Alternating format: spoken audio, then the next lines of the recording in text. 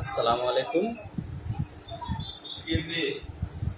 এখন আপনাদের জন্য একটি ব্যতিক্রমধর্মী আলোচনা নিয়ে আপনাদের মাঝে এসেছি, যেটা কিনা আপনার দেখা যাচ্ছে সাম্প্রতিক সময়ে প্রায়ই যারা যারা করোনার বিভিন্ন ভ্যাকসিন দিয়েছিলেন, ওই ভ্যাকসিনের কারণে দেখা যাচ্ছে অধিকাংশ মানুষই বিভিন্ন অ্যালার্জি জাতীয় শারীরিক সমস্যায় ভুগছেন। এখন এই অ্যালার্জির সমস্যাটা কিন্তু সহজে বিভিন্ন প্রকার ঔষধ সেবন করলেও সারছেই না।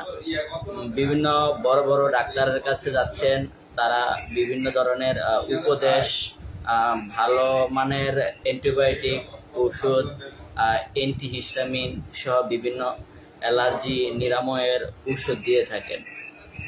সচরাচর প্রত্যেকটা পরিবারেই মানুষ অ্যালার্জির সমস্যাটাই এখন ভুগছে। বন্ধুরা, যারা যারা এই অ্যালার্জির সমস্যা নিয়ে বিভিন্ন বিপদে আছেন, বিভিন্ন ঝামেলার মাঝে আছেন, তারা চাইলে আমার সাথে লাইভে কমেন্ট করে জানাতে পারেন।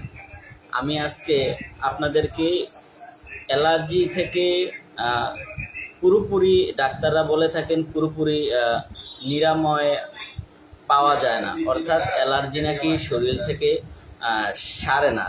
কিন্তু এখন মানুষ এই সাময়িক অসুবিধা থেকে মুক্তি পেতে হলে, এই অস্বস্তিকর বেদনা থেকে নিরাময় পেতে হলে, মানুষকে এই অ্যালার্জি থেকে কিভাবে ঘরোয়া কিছু উপদেশ বা বিভিন্ন স্বাস্থ্য সম্পর্কে সচেতনতামূলক উপদেশ নিয়ে বেঁচে থাকতে পারে, সেইগুলাই আমি আজকে আমার পক্ষ থেকে আমি যতটুকু জানি সেটা আপনাদের সাথে আলাপ করার চেষ্টা করব আর কি। আমি স্ক্রিনে আপনাদের জন্য ছোট করে কিছুটা উপদেশ দেওয়া আছে, এগুলো তো আপনারা ফলো করবেন, করলে দেখা যাবে যে আপনারা মোটামুটি কিছুটা স্বস্তিতে আছেন। সেক্ষেত্রে আপনি ধরুন হঠাৎ করেই দেখলেন কিছুদিন যাবৎ আপনার শরীরের বিভিন্ন জায়গায় চুলকানি বা লাল